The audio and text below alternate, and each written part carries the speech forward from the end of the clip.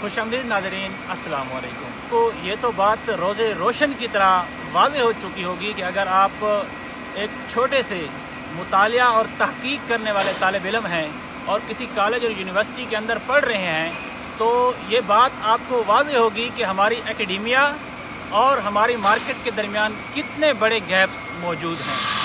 जो कुछ तालिब इल्म पढ़ते हैं वो महज इसको एक तसव्वुर की शक्ल में उनके जहन में रखते हैं और अमली ज़िंदगी में उसका कोई किरदार नज़र नहीं आता।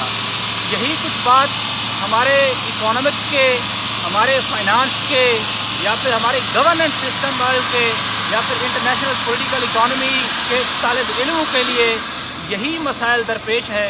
और यही सब्जेक्ट जब हमने पढ़ने की कोशिश की तो हमें भी ये ज़रूरत महसूस हुई कि अमली तौर पर इसको जाकर मार्केट के अंदर परखा जाए कि आखिरकार जो कुछ हम पढ़ रहे हैं कि क्या कैपिटलिस्ट और लेबर के दरमियान क्या ताल्लुक़ होता है, प्रोडक्शन का क्या सिस्टम होता है, उसका प्रोसेस क्या है, रॉ मटेरियल के लिए हमारे जो इंडस्ट्रियलिस्ट हैं उनको कौन सी मुश्किलात का सामना करना पड़ रहा है, और डिमांड और सप्लाई के दरमियान क्या रिलेशनशिप है, और टेक्नोलॉजिकल इनोवेशन है या फिर हमारी जो बिज़नेस एक्सपेंशन है उसके लिए हमें क्या मसाइल दरपेश हैं।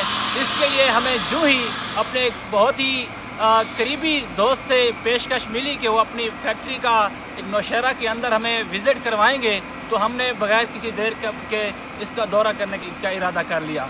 तो आपको आज दिखाते हैं और उनसे जाके पूछते हैं कि आप ये रॉ मटेरियल कहाँ से लाते हैं, और जो यहाँ पर मार्बल वगैरह की जो फैक्ट्री है और वो उसको बनाने के लिए कौन कौन से प्रोसेसेस हैं, और उन्हें कौन से मसाइल हैं जो दरपेश हैं कि वो अपने बिज़नेस को मज़ीद एक्सपेंड कर सकें, या इसको इनोवेशन की तरफ लाने के लिए उनको क्या मसाइल दरपेश हैं।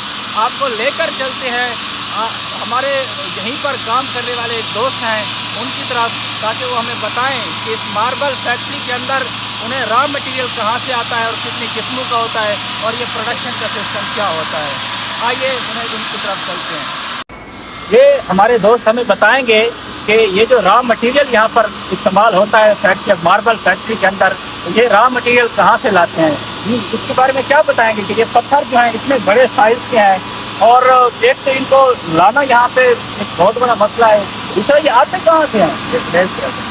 अच्छा, और इनको लाने के लिए ट्रांसपोर्ट का सिस्टम यहाँ पर ये है इधर, ये सारी गाड़ियाँ वगैरह जो है ना इसके लिए बनी हुई है। अच्छा, ये पत्थरों की कितनी किस्में होती हैं, क्योंकि हम देखते हैं कि मार्बल जब होती है तो वो तो रंग रंग की मौजूद होती है। ये 6-7 किस्म की है।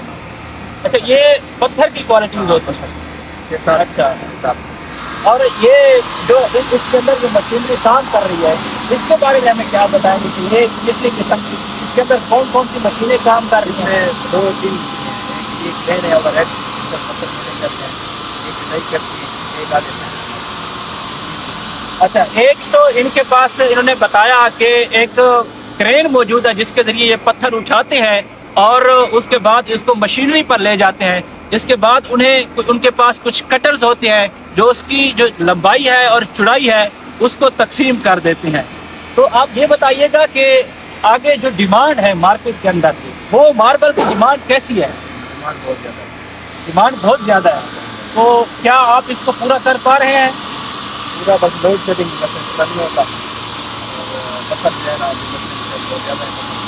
इनका बताना है कि अभी मार्केट के अंदर जो डिमांड बहुत ज़्यादा है उसमें सबसे बड़ा जो मसला है वो उनके पास एनर्जी का है, यानी इलेक्ट्रिसिटी यहाँ पर इस्तेमाल होती है और वो इलेक्ट्रिसिटी इनके पास सही डिमांड के मुताबिक इन्हें मिल नहीं पा रही। अच्छा, इसके अलावा आप पत्थर का मसला है। अच्छा, पत्थर की मिकदार कम है या इसको कटाई करने के लिए जो मशीनरी है उसकी कमी है। मिकदार कम है, यानी कि सही नहीं आ रहा पत्थर। अच्छा, पत्थर की क्वालिटी कम हो रही है।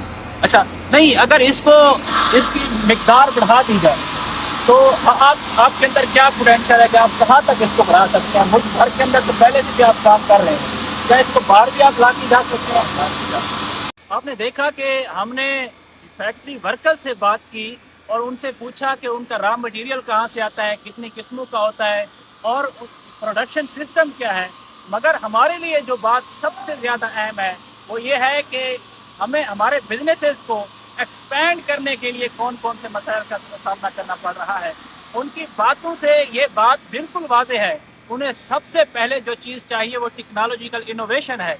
जब तक जदीद टेक्नोलॉजी नई नहीं लाई जाएगी तब तक ये अपनी डिमांड को पूरा करने में कासिर हैं। उन्होंने बताया कि डिमांड बहुत ज़्यादा है मगर उनकी मिकदार इसलिए वो पूरी नहीं कर पाते कि उनके पास एक तो वो टेक्नोलॉजी नहीं है, दूसरा उन्हें जो उनको एनर्जी चाहिए इलेक्ट्रिसिटी की शक्ल में यहाँ होने चाहिए तो वो भी नहीं है।